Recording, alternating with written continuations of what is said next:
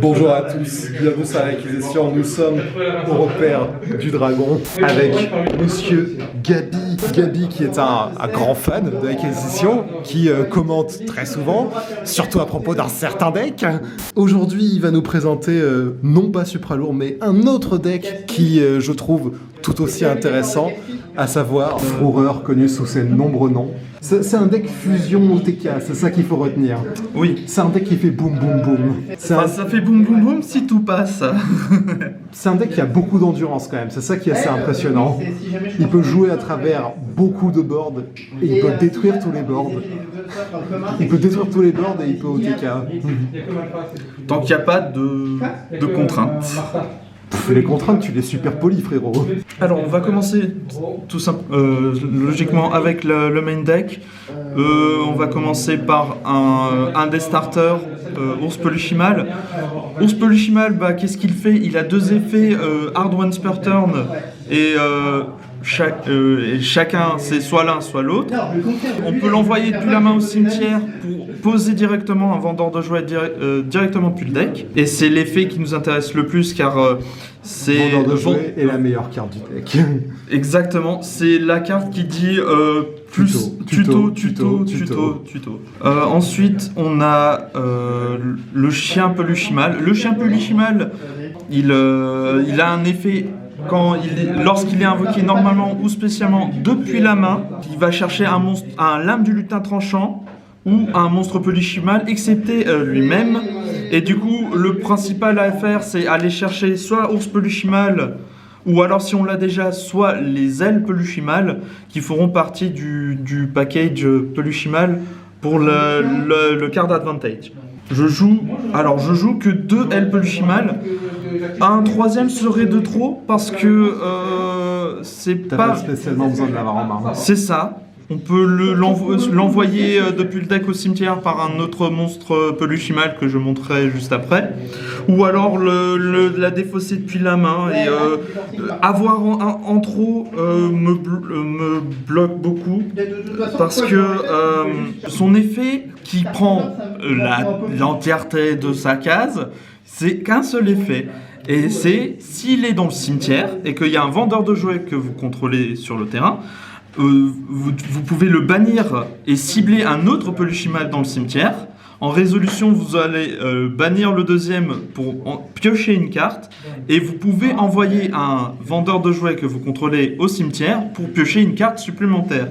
C'est littéralement du plus 3 parce que le vendeur de jouets ainsi envoyé peut aussi se déclencher et vous pouvez tuto une autre carte, un autre Peluchimal ou un lame du lutin tranchant. Très très très fort. Parmi les meilleurs loops d'avantage que je connaisse. Ensuite, je joue 3 pingouins Peluchimal. Alors, cette carte est aussi bien sur le terrain que utilisée comme matériel. Il a 2 effets, un sur le terrain qui est une fois tant qu'il est face recto, et l'autre, comme expliqué. C'est utiliser un matériel fusion. Voilà. Donc sur le terrain, durant votre main phase seulement, vous pouvez invoquer spécialement un monstre Peluchimal, excepté lui-même depuis votre main. Et s'il est envoyé comme matériel de fusion pour l'invocation d'un monstre fusion Fourreur, et je précise, du coup vous pourrez piocher 2 cartes puis défausser une. Et si vous avez un chêne du lutin tranchant ou un L Peluchimal, vous pourrez le défausser pour profiter de leurs effets dans le cimetière. Ensuite, le one-off Peluchimal que je joue dans le main deck, c'est le dauphin. Le dauphin en lui-même, il est puissant, mais seulement x1, sinon c'est vraiment une brique. Il a 2 effets, un sur le terrain et un quand il est utilisé comme matériel de fusion. Sur le terrain, c'est pas un effet à l'invocation, du coup c'est dommage parce que des fois il peut être flingué avant même d'être utilisé. Donc cet effet, c'est vous pouvez cibler un vendeur de jouets dans le cimetière, vous le reposez, et si vous le faites, vous envoyez un monstre Peluchimal ou un lame du lutin tranchant depuis le deck au cimetière. Donc c'était celui-là dont je parlais tout à l'heure, et du coup, soit vous envoyez Ours Peluchimal si vous avez déjà L Peluchimal au cimetière, ou alors vous envoyez directement L Peluchimal depuis le deck au cimetière pour profiter de son effet au maximum. Et s'il est utilisé comme matériel de fusion pour un monstre fusion, et ça peut être n'importe lequel. On peut recycler, on peut mélanger une carte magie de fusion normale ou une magie polymérisation qui est dans le cimetière ou bannie dans le deck. Donc il peut chain block dans des situations assez normales. Très bonne carte, mais on n'en joue qu'un parce qu'on peut le tuto facilement. Exactement. Ensuite, la partie lutin tranchant. Car oui, il existe d'autres lutins tranchants dans le game, et pas que le chêne. Mais je vais commencer bien sûr par le chêne du lutin tranchant. Qui a fait pas mal parler de lui en ce moment.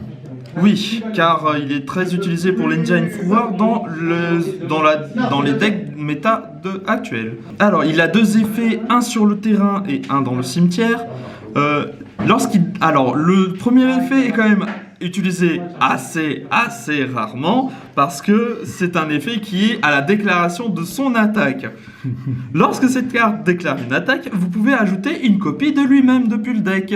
Pas très pratique. C'est ok, mais c'est pas nécessaire. Exactement, ce n'est pas nécessaire. Son deuxième effet, par contre, s'il est envoyé au cimetière, depuis la main ou terrain, vous pouvez ajouter une carte fourreur depuis votre deck à votre main. Chaque effet, c'est une fois par tour et c'est soit l'un, soit l'autre. Et c'est ce deuxième effet qui sera le plus important car il va chercher Patchwork Fourreur ou alors d'autres cartes fourreurs. Donc oui, Chêne va être très important dans le deck car c'est une carte qui va chercher des cartes fourreurs importantes. Je joue aussi 3 faux du lutin tranchant. Alors, c'est un monstre assez particulier. Fou furieux ça aussi. Oui, car son effet est n'utilisable que pendant le tour adverse, mais c'est ce qui est intéressant avec lui, car c'est un effet rapide pendant le main phase adverse. Ça veut dire que tu peux faire une fusion dès que l'adversaire joue son premier tour. Exactement. Donc ça permet de faire une fusion en utilisant lui-même inclus et des monstres depuis la main et ou terrain. Combiné avec le pingouin, ça fait du +2. Oui, il a aussi un effet de protection dans le cimetière. Exactement, il a aussi un effet de protection qui, si un ou plusieurs monstres fusion fourreurs vont être détruits au combat ou par effet de carte, on peut le bannir à la place. C'est pas un effet qui se déclare. Ensuite, je joue le one-off, l'âme du lutin tranchant. L'original. S'il est dans le cimetière, on peut placer une carte depuis le top deck, depuis la main au top deck, et on peut le respect en position de défense. C'est une fois par tour cet effet. Alors, je le joue parce que c'est quand même un lutin tranchant. Et il est cité sur certaines fusions. Qui sont assez costauds, notamment Tigre Fourreur. Et c'est tout parce que... les autres, tu les joues pas. Les autres, c'est... Oui, c'est du coup Ours Fourreur, qui n'est plus joué parce que équiper des monstres adverses c'est cool, mais s'il se fait péter, c'est mort. Et le loup Fourreur, je sais qu'il peut faire des attaques multiples, il peut attaquer 5 fois, par exemple, mais attaquer 5 fois à 2000 d'attaque n'est pas suffisant et Kraken est là pour... Et il est meilleur dans ce sens-là. En plus, il peut gérer un monstre adverse. Mais ça, je parlerai après pour les monstres de l'extra deck. Concernant les non-monstres fourreurs, Peluchimal et lutin tranchant, je joue le package 3 gamma et un driver.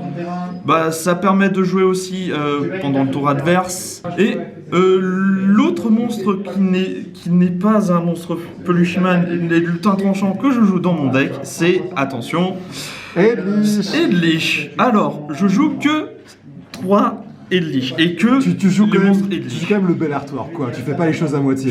Oui, j'ai vu le jeu Jopose, je me suis dit, je vais le jouer. Et alors, pourquoi je joue dans Fourreur ? Alors, le principe est simple. Son Edlich est connu pour être un removal, donc qui peut retirer des monstres ou des magies pièges adverses, tout en défaussant une magie piège. Et vous demandez, mais quelle magie piège ? Parce que t'en as dans le deck qui ne sert à rien, et si tu les défausses, tu perds leur intérêt. Oui, mais il y en a une qui est la carte principale du deck. Celle dont on parle depuis tout à l'heure. Hein. Celle dont on parle depuis tout à l'heure et que j'en parle à chaque tournoi, c'est Vendeur de jouets. Edlich a une synergie de fou furieux avec Vendeur de jouets. Oui, car en envoyant vendeur de jouets et en envoyant du coup la carte adverse au cimetière, on peut proc l'effet de vendeur de jouets qui permet d'aller chercher le petit dauphin, par exemple. Donc on va rechercher le dauphin qui va reposer le vendeur de jouets, et vu que le surnalish sera dans le cimetière, on pourra envoyer le vendeur de jouets, spé le surnalish, et reproc l'effet de vendeur de jouets, car ce n'est pas une fois par tour. Donc on pourra aller chercher ne serait-ce que Ours Peluchimal ou El Peluchimal, ou les cartes que vous aurez besoin pour vos invocations. C'est même pas une tech carte bizarre, c'est juste cette carte a vraiment une synergie de fou furieux avec cet archétype. Oui. Ça marche, donc jouez-le. Ou du moins c'est très recommandé. C'est recommandé. Bon, moi je joue x3 parce que j'aime pas le backrow, j'ai jamais aimé le backrow adverse, mais le plus conseillé c'est de jouer x2. Parce que des fois, x3 ça peut brick, mais moi j'aime bien prendre des risques. En fait, toi ça t'embête moins parce que tu joues pas à 40 cartes. Tu joues à combien de cartes? 49 dans le main, 15 dans l'extra, 15 dans le side. Oui, c'est un gros deck. Du coup, tu peux te permettre de jouer des copies en plus de Surnalish. Exactement. Comme ça, tu maximises tes chances de le piocher. Oui. Maintenant qu'on a parlé des monstres du main deck, passons au Magie Piège. Magie Piège, c'est un grand guillemet parce que je n'ai aucun piège dans ce deck. Passons aux magies. Du coup, passons seulement aux magies. Du coup, normalement et logiquement, je joue 3 vendeurs de jouets. C'est le starter du deck, impitoyable. Il fait tout. Il fait le café, il fait le moulin à café, il fait tout. S'il y a une carte qu'il faut bien mettre en x3, c'est celle-là. Exactement. C'est x3 ou ne jouez pas Fourreur. C'est soit 3, ça me regarde même pas en fait. C'est ça. En deuxième place dans le deck, parce que vendeur de jouets c'est une magie, on joue x3 objet de sacrifice inutile. Du coup en fait c'est comme si tu jouais 6 vendeurs de jouets. Exactement. C'est vraiment n'importe quoi cette carte. C'est vraiment un starter à ne pas manquer dans le deck. Si vous voulez vraiment, ou vous avez plus de vendeurs de jouets dans le deck, ce qui peut arriver, et ça c'est compréhensible, vous pouvez envoyer Réparation Fourreur qui sera très utile dans votre deck. D'ailleurs je le joue que x1 et je vous le montre maintenant. Réparation Fourreur, il a 2 effets, mais j'utilise plutôt le deuxième le plus souvent. Le premier, c'est cibler un monstre fusion Fourreur dans le cimetière, vous le renvoyez à l'extra deck, puis vous pouvez invoquer spécialement un monstre Peluchimal ou lutin tranchant pour le cimetière. Alors oui, ça fait de la recovery, mais si vous l'avez en main de départ, c'est mort. C'est mort. Vous ne la voulez pas dans votre main de départ. Par contre, dans le cimetière... Dans le cimetière, c'est une autre histoire. Donc, vous pouvez bannir cette carte depuis le cimetière, invoquer spécialement un lutin tranchant ou un Peluchimal depuis votre main. Ensuite, je joue 2 patchwork. Alors, je me suis rendu compte que x3, ça me faisait en sorte que j'avais que des mains avec que des lutins tranchants. Et c'est le problème du deck, c'est soit j'ai trop de Peluchimal, soit j'ai trop de lutins tranchants. Et il faut avoir un minimum des deux. C'est pour ça que j'ai dû sacrifier un patchwork dans ce deck. Bon, le 3e est dans le side, ne vous inquiétez pas. Si vous voulez changer votre strat en cours du match, vous pouvez mettre le 3e, il n'y aura pas de souci. Alors, patchwork, vous le connaissez, ça fait du tuto de cartes depuis le deck, c'est trop fort. Tuto polymérisation et une lutin tranchant. Lutin tranchant. Vous n'êtes pas obligé d'aller chercher chaîne comme les joueurs d'Espia, vous pouvez aller chercher directement le lutin. Et si on vous bloque pour les invocations fusion, vous avez juste à aller chercher la faux. Et vous jouez pendant le tour adverse. Il n'y a pas de souci. Vraiment. Barrière dimensionnelle fusion. T'inquiète pas, je joue. J'espère pour toi que t'en as une deuxième. Exactement. Ensuite, je joue la One-Off Fusion Fourrure. Alors, elle est très bien comme carte. Le seul souci, c'est que ça utilise que des monstres depuis le terrain ou cimetière. L'avoir en main de départ est très déconseillé. Mieux vaut aller la chercher en fin de combo. Alors, je joue que 2 polymérisations. Alors, vous allez trouver bizarre, mais 3 polymérisations, c'est trop. C'est genre, c'est... Vous voulez avoir des monstres en main, pas des magies de polymérisation.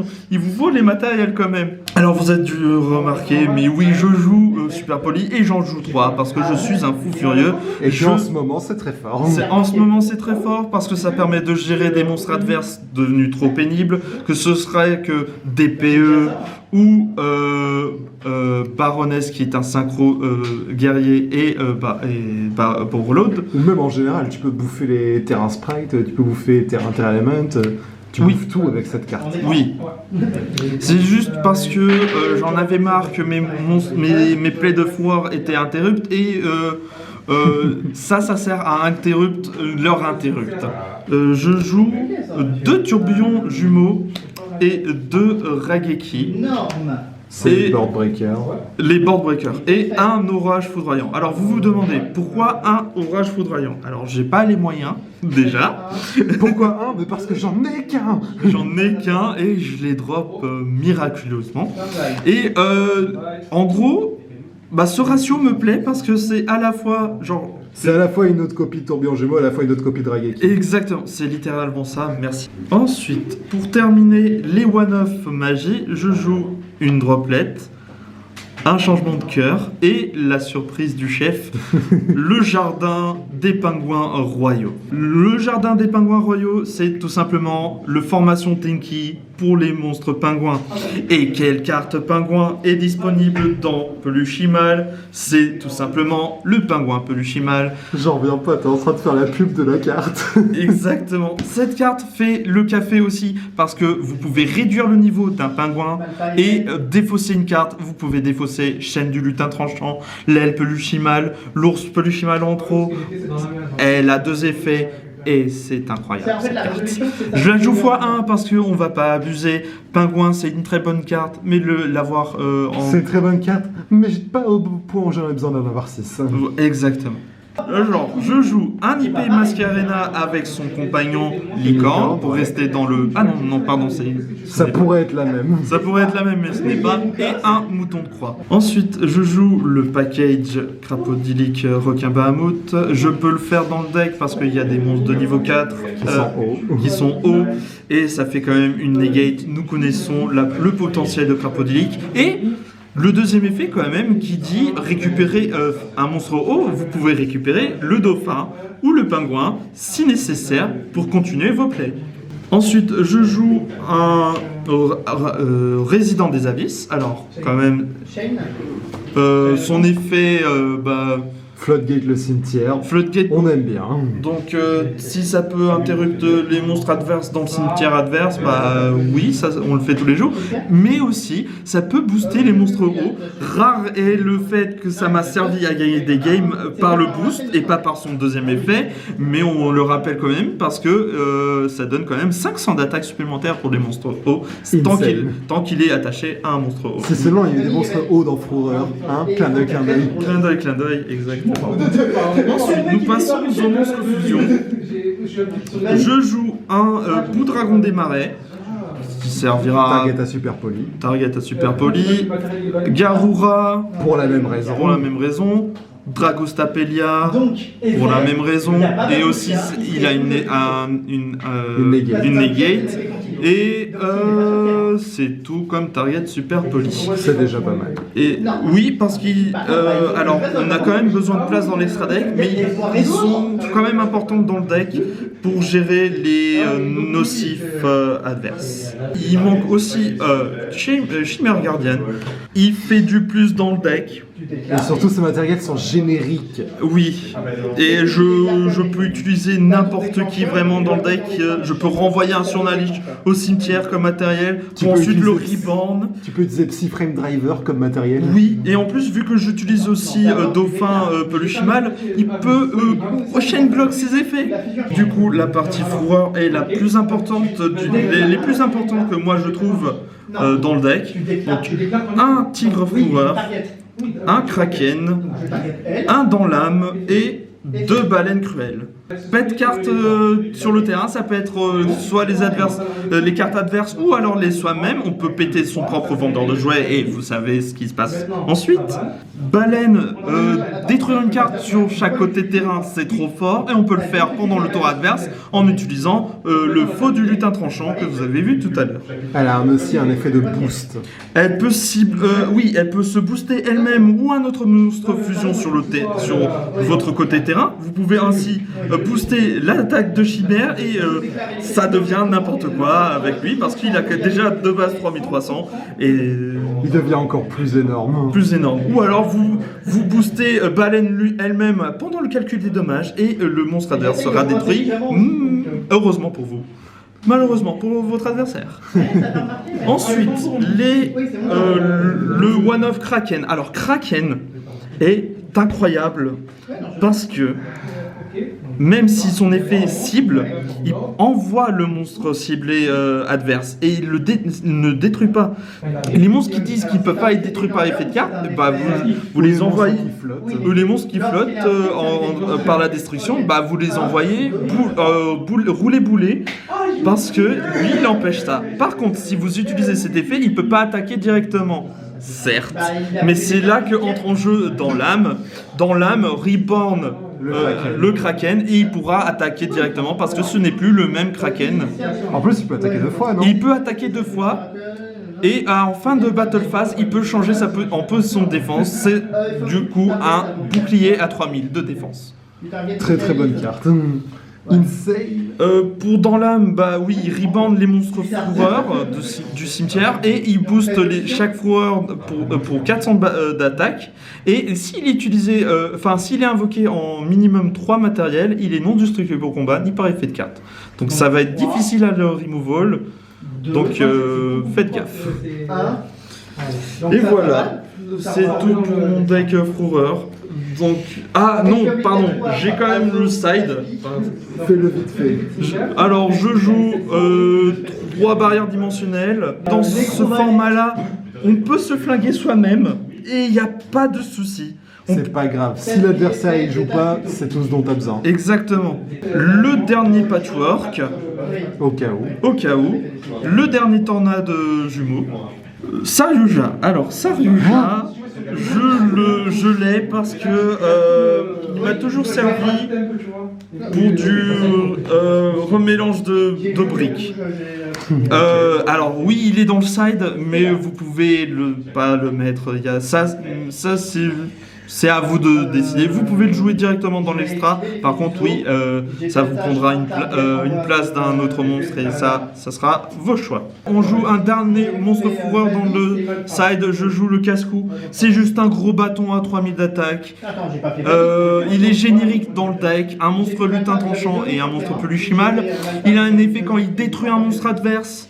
Il inflige 1000 de dommages supplémentaires. Et il quitte le terrain au combat ou par effet de carte, vous pouvez infliger 500 points de vie à votre adversaire pour chaque monstre fourreur dans le cimetière.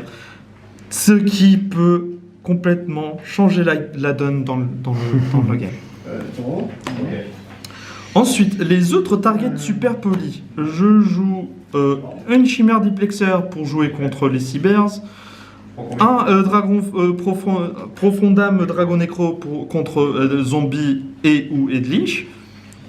Un masquerade pour contrer Despia. Et ensuite mes fans favorites, je joue un Marduk pour les decks liens et un Draco Equist pour réserver à Baroness Borlode ou Charlemagne Borlode, ou est-ce que je vous ai déjà dit que je déteste Borlode? Non, j'aime bien Borlode, mais contre moi ça me fait chier. Pourquoi je joue ces deux-là? Parce qu'ils ont des particularités. C'est parce que je les aime bien. Oui, et que leurs matériels sont assez cocasses. Almarduk demande 3 monstres liens. Et Draco Equist demande exactement un monstre synchro de type dragon, donc Borlode, et un monstre de type guerrier, que ce soit Baroness, Charlemagne ou alors le Gearfried niveau 9 qui est aussi chiant. Une bonne année 2019, Gabi. Merci. Merci à toi. C'était marrant ça. C'était marrant. Ensuite, je joue en 3 petits Polluchimal qui peuvent aider à changer la strat en plein game. Je joue un deuxième dauphin Polluchimal. Se faire flinguer le seul du main deck, c'est saoulant. Et un deuxième peut être sauveur. Je joue le one-off mouton Polluchimal. Parce que oui, je l'aime bien quand même. Mais à lui tout seul, il n'est pas aussi fort. Il a quand même un effet de recovery. Du coup, vous pouvez récupérer le dauphin déjà utilisé ou le chien déjà utilisé et reborn. Spé un lutin tranchant depuis votre main au cimetière et vous pouvez reborn chaîne et vous partez sur des combos liens ou fusion, n'importe quoi. Le dernier est Pieuvre Polluchimal. Alors Pieuvre Polluchimal a 2 effets, un sur le terrain et utilisé comme un matériel de fusion. Lorsqu'il est invoqué normalement ou spécialement, vous pouvez cibler un monstre Polluchimal ou lutin tranchant dans votre cimetière et l'ajouter à votre main. Donc oui, il recover, mais quand c'est en main de départ, c'est très inutile. Par contre, son deuxième effet c'est très pratique. Il peut, s'il est utilisé comme matériel fusion pour un monstre fusion fourreur, vous pouvez cibler maximum 2 monstres bannis, ne serait-ce que le driver Psyframe déjà utilisé, ou alors El Polluchimal et Ours Polluchimal, et vous pouvez les remettre dans le cimetière. Alors il est bien, mais voilà, comme j'ai dit, main de départ, c'est pas foufou, et vraiment, il est très situationnel. C'est pas souvent qu'il y a des cartes bannies, sauf vraiment en cas majeur, et où il est dans le side pour ce cas majeur. Ok. Et c'est la fin. C'est la fin de ce deck profile. Ben, merci beaucoup Gabi, c'était ma foi assez intéressant. J'espère bien. Le deck, il est... alors, c'est pas qu'il est pas simple à utiliser, il est simple. C'est juste qu'il faut comprendre que... Il faut savoir quelles sont les cartes importantes à la stratégie. C'est ça, mais c'est pareil pour n'importe quel deck. Mais surtout, celui-là, c'est assez important. Bah, c'est un deck d'animé où il y a beaucoup de cartes, donc faut détecter lesquelles sont situationnelles et lesquelles sont vraiment bonnes. Oui.